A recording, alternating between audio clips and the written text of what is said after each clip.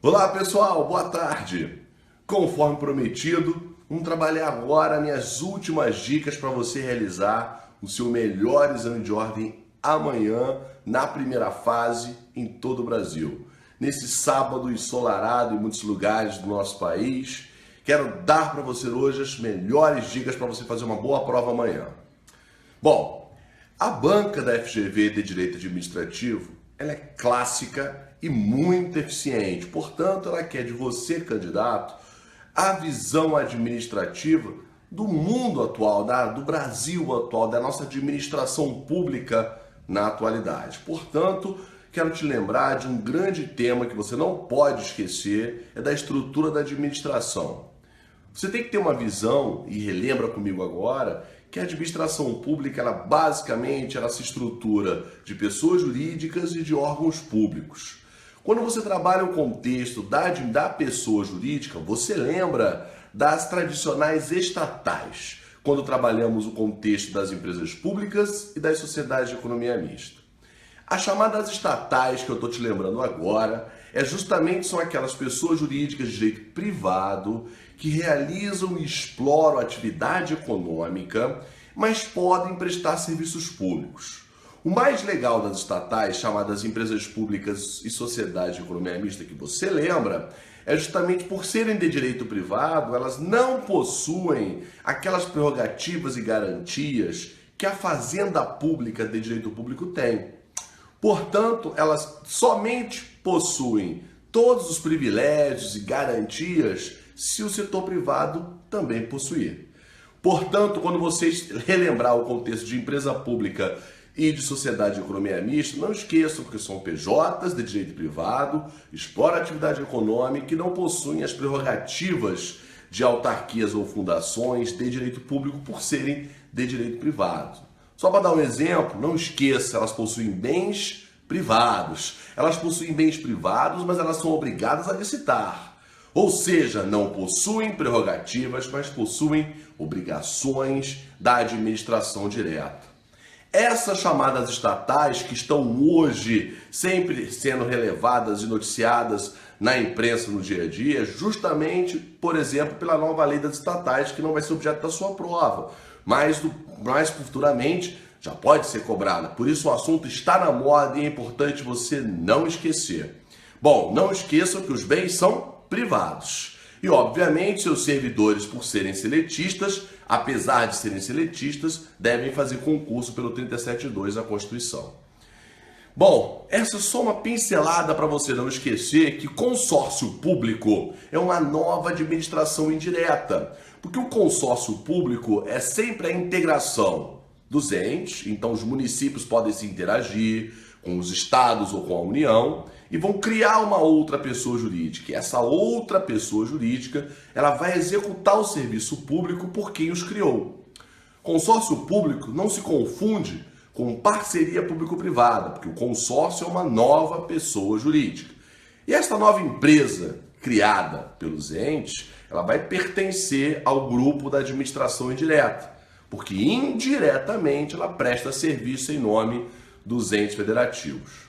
Aproveitando o ensejo dos consórcios, não esqueça da responsabilidade civil, galera. Todo mundo quer botar a culpa na administração e todo mundo quer culpar o governo sempre no âmbito da responsabilidade civil. Qual é a regra relativa à responsabilidade civil do Estado? Pelo 37, parágrafo 6º da Constituição, a responsabilidade civil é de quem pratica o ato ou de quem deixa de praticar. Então as PJs de direito público ou as PJs de direito privado, elas que respondem por as suas atitudes. Portanto, se o consórcio pratica dano ao tício tem que ser ressarcido pelo consórcio e não pelos entes federativos. A administração direta, ela não responde pela indireta. Da mesma forma que a administração direta não pode ser responsável pelos danos praticados pela administração indireta via consórcio. Aquela ideia de responsabilidade subsidiária que todo mundo te entuba e te mostra por aí é porque não conhece a jurisprudência na atualidade. O Estado não responde subsidiariamente. Ele poderá responder excepcionalmente num caso concreto, quando enxergarmos uma ausência de fiscalização, quando enxergarmos de repente uma culpa em vigilando ou em eligendo da administração. Então a frase responsabilidade subsidiária ela é excepcional. Isso vale no ambiente tanto dos consórcios, como também no ambiente lá da administração de delegação, ou seja, as concessionárias, as permissionárias e autorizatárias. Galera, concessão é sempre uma delegação no poder público. Se é uma delegação no poder público, é um poder público que delega para o particular. Então quem responde não é o poder público, é esse particular. É a sua companhia de telefone, é a sua companhia de internet que está aí conectada comigo. É ela que é responsável pelos atos praticados contra terceiros. Não esqueça que o prazo que está valendo no ambiente da responsabilidade civil é 5 anos, decreto 20.910 de 32. E também não podem esquecer que o prazo e o número que sempre aparece em direito administrativo é o número 5. Quando eu tenho 5 anos na prescrição dos ilícitos pelo decreto 20.910 de 32, como temos também, lembram, dos 5 minutos lá decadenciais da pequena empresa no pregão eletrônico, em caso de empate fictício.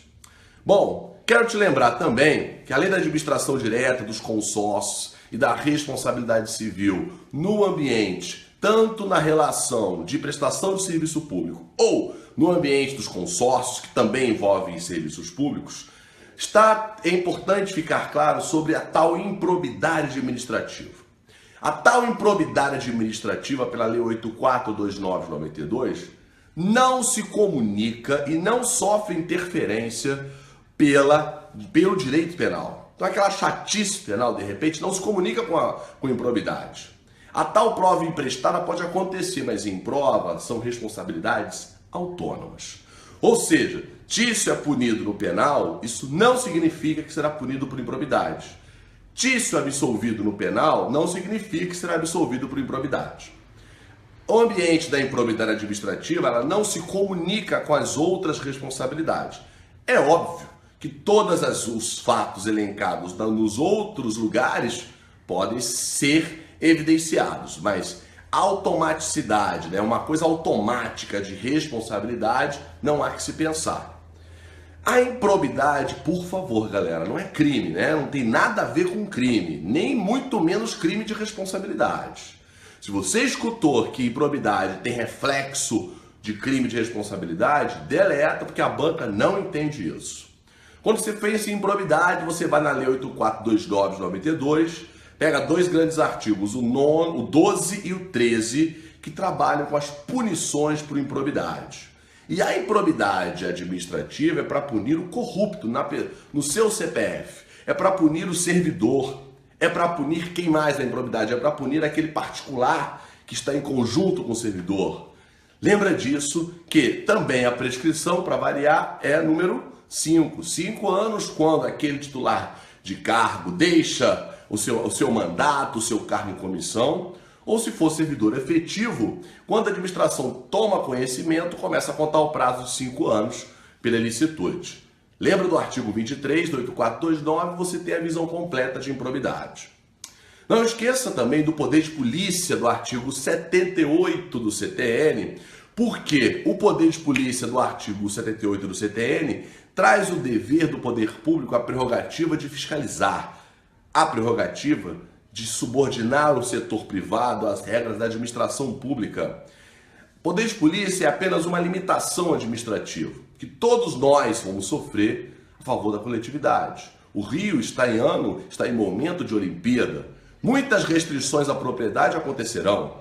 Muitas obras estão sendo terminadas no ambiente das contratações administrativas.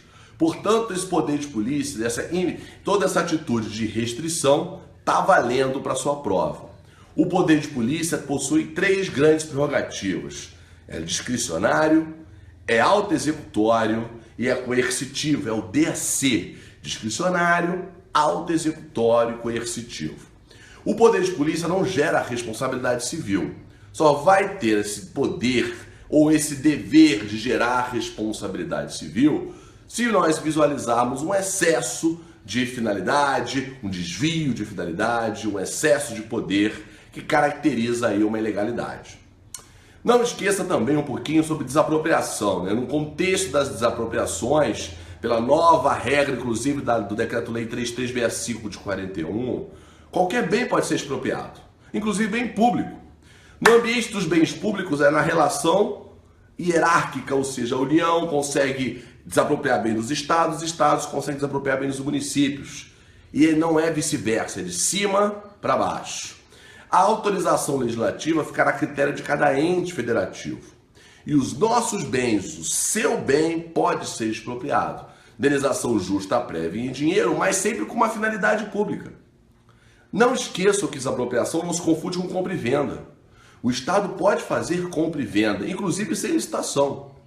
Porque a regra é licitar, mas se as circunstâncias fáticas trouxerem uma hipótese de dispensa ou de inexigibilidade, não tem que licitar. Você não pode ser xiita contra o Estado no sentido de que ele está amarrado a muitas regras, amarrado e vinculado, muitas situações que impedem ele de trabalhar.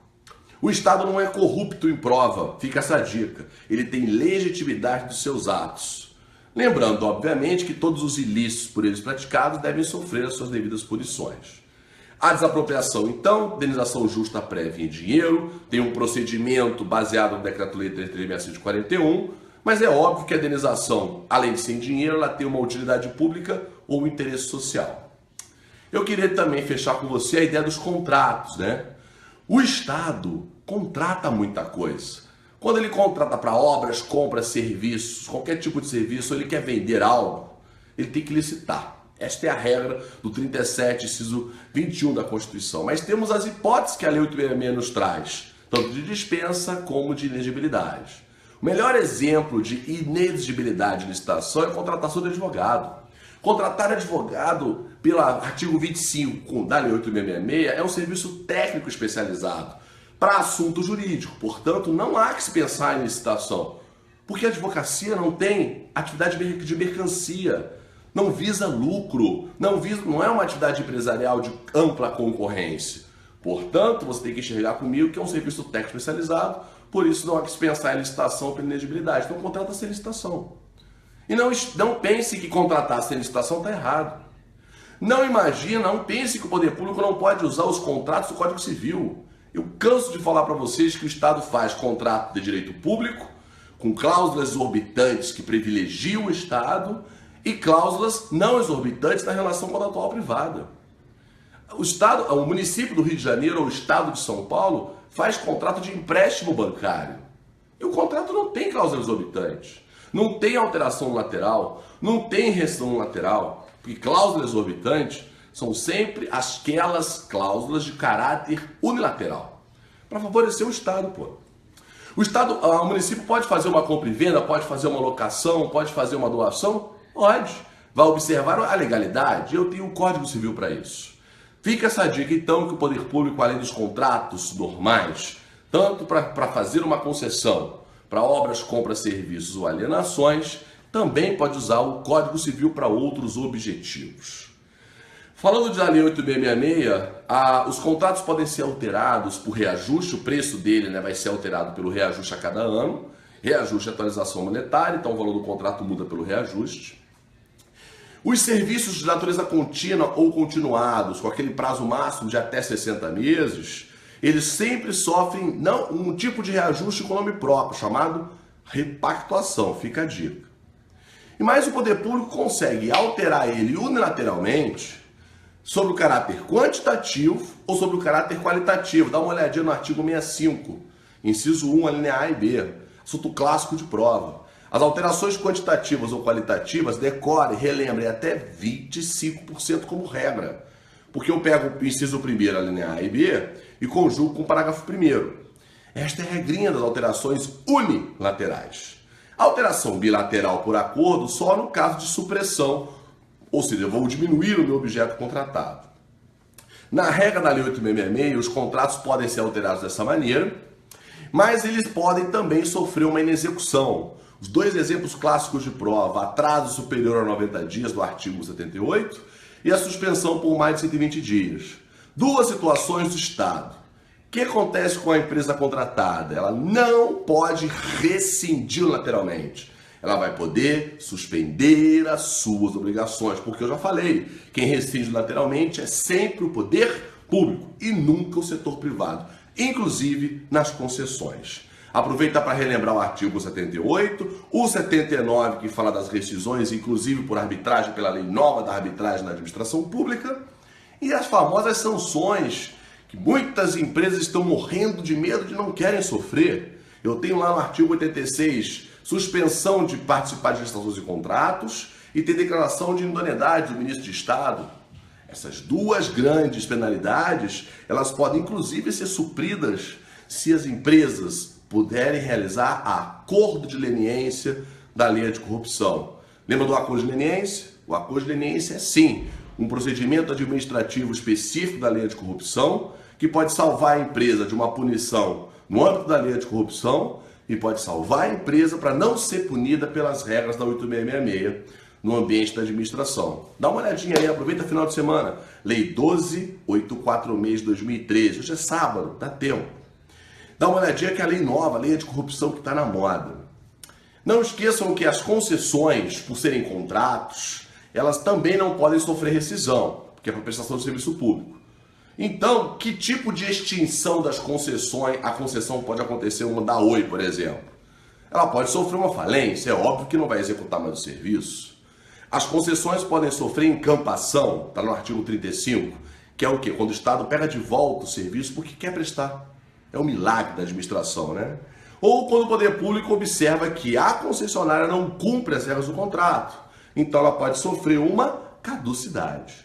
A caducidade é o assunto clássico de prova, é a declaração de inadimplência da empresa concessionária que não cumpre as regras do contrato.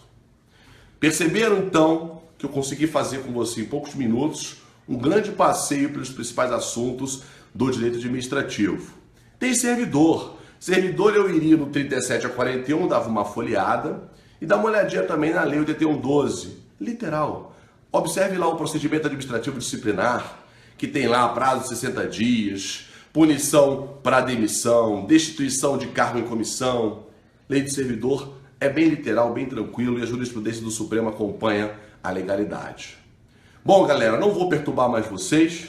Essas são meus lembretes mais importantes, pelos meus 16 anos já agora de exame de ordem, pela minha experiência a cada mês, a cada ano, aprovar muita gente em todo o Brasil, agora com os recursos eletrônicos.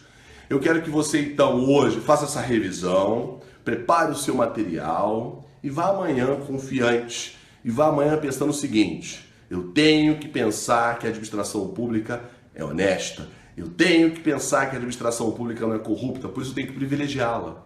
Raciocine a favor do Estado e acerte as 6 questões de ADM. Essas 6 questões vão fazer você ir para a segunda fase. Qualquer disciplina está válida. O importante é você não chutar a ADM porque está preocupada com outra disciplina, beleza? Então, eu desejo a todos uma excelente prova. Eu, Leandro Veloso, Direito Administrativo, inclusive que está comigo 24 horas, estou à sua disposição. E a partir de amanhã, a partir de semana que vem, de segunda-feira, já temos a nossa segunda fase presencial e online.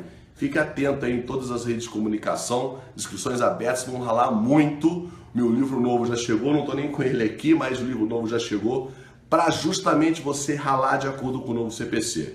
Desejo a todos uma ótima prova, mais do que sorte, porque vocês já são vencedores, vitoriosos e vitoriosos. Um grande beijo, quero agradecer a todos que estão aí do outro lado. Eu sei que deve estar Ana Paula Gomes, deve estar presente, deve estar a Rebeca, deve estar uma maior galera, deve estar o Buda, deve estar muita gente querendo falar comigo, Carol.